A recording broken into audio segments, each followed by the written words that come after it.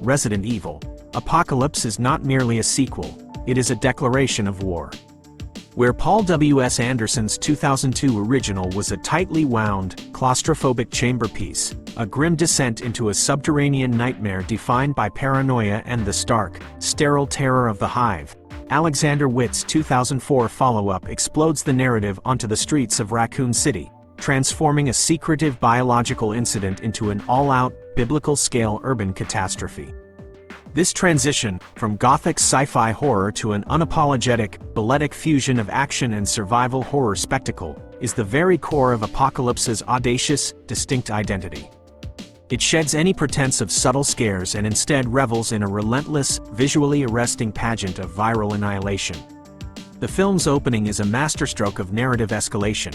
We are instantly pulled from the aftermath of the first film, as the Umbrella Corporation, arrogant and hubristic in their technological might, decide to reopen the access point to the sealed Hive to investigate their failed containment.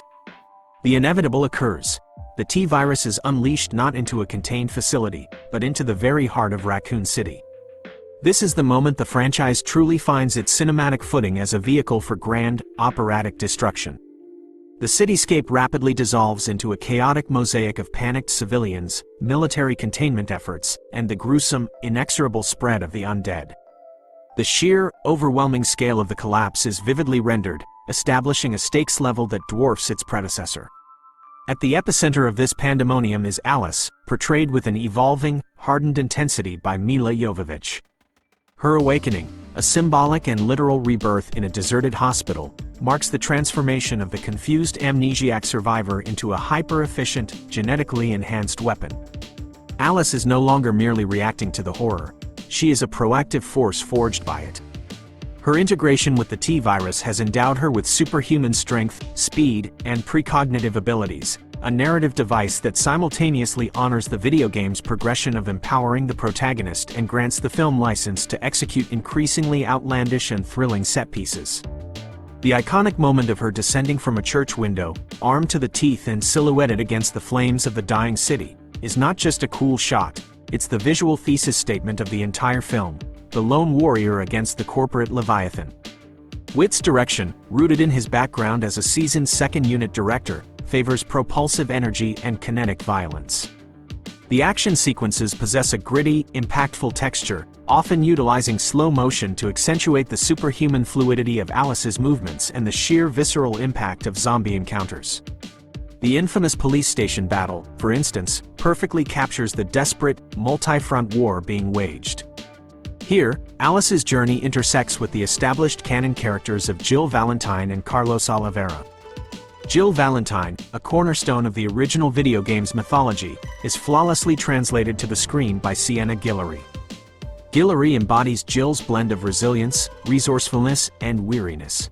Clad in her instantly recognizable attire, Jill serves as the ground-level perspective, the experienced cop, savvy to the city's underbelly, who is thrust into a situation far beyond conventional law enforcement. Her partnership with Alice is a fascinating dynamic, the established human expert meeting the emerging superhuman combatant. They are two different shades of survival, one relying on skill and tactical cunning, the other on genetic destiny and raw power.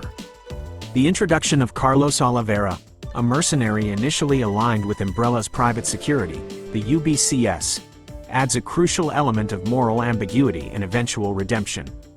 Carlos and his unit are the tragic human face of Umbrella's monstrous negligence. Tasked with a doomed containment effort, they are cannon fodder, their professionalism and courage set against the backdrop of their employer's treachery. Fehr plays Carlos with a rugged, weary charm, allowing the audience to quickly distinguish him as a good soldier trapped in a terrible situation. His eventual betrayal of Umbrella, driven by a desire to save the remaining civilians and escape the city's impending nuclear sanitization, is a predictable yet satisfying emotional anchor. However, the true, terrifying antagonist of Apocalypse is not the shambling masses of infected but the embodiment of Umbrella's ultimate biological weapon, Nemesis. The presence of Nemesis is the film's largest, most significant nod to the video game series, specifically Resident Evil 3, Nemesis.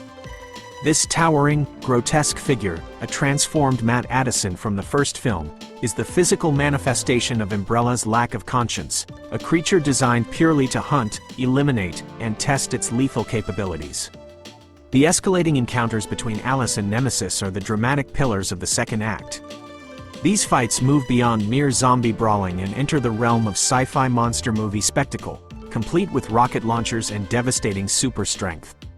The climax of their rivalry, a destructive, emotional showdown, serves as a dark mirror, pitting Alice's controlled, nascent evolution against Nemesis's brutal, complete mutation, underscoring the film's central thematic concern. What does it mean to be human in the age of engineered bioweaponry? The narrative is structured around a classic ticking clock, the Umbrella Corporation's decision to cleanse Raccoon City with a tactical nuclear strike. This arbitrary, monstrous act elevates Umbrella from a nefarious corporation to a near-omnipresent, genocidal force, further cementing the film's anti-establishment critique. The final mission, a desperate race to save the daughter of the disgraced Umbrella scientist Dr. Ashford, the supposed creator of the T-virus, provides the necessary emotional stakes and a tangible goal for the disparate group of survivors. The rescue mission, culminating in the group's literal extraction via helicopter just seconds before the city is vaporized, is pure action movie exhilaration, a satisfying blend of tension and payoff. But Apocalypse is not content to end with a successful escape. The final act, often overlooked in analyses, is arguably the most crucial to the franchise's long-term structure. The survivors are immediately apprehended by Umbrella, and Alice is taken to a secure facility for observation. The final moments are a masterclass in sequel baiting and myth-building. Alice's escape, facilitated by the shadowy, manipulative workings of the Umbrella scientist Dr. Isaacs, is a chilling confirmation that she is more than a survivor. She is a crucial, valuable asset in a much larger, global game. The iconic final shot, as she gazes at a security camera with newly awakened, psychic power, whispering the word, Alice, signals the end of her amnesia and the beginning of her self-awareness as the franchise's central, singular weapon. The film cleverly pivots the entire conflict from localized survival horror to a global, secret war, where the lines between human, monster, and corporate asset are permanently blurred. In essence, Resident Evil: Apocalypse functions as the necessary bridge between the intimate horror of the Hive and the sprawling, apocalyptic world stage the franchise would eventually embrace.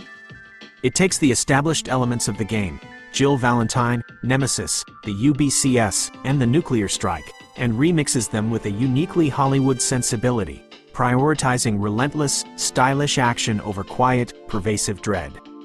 It is a loud, messy, and ultimately exhilarating action film that wears its B-movie heart on its sleeve, a gorgeous, grotesque symphony of viral ruin that cements the franchise's identity not just as a successful video game adaptation, but as a compelling, action horror spectacle in its own right. It is a bombastic feast of survival, an explosion of adrenaline that dares the audience to look away from the beautiful catastrophe it unleashes.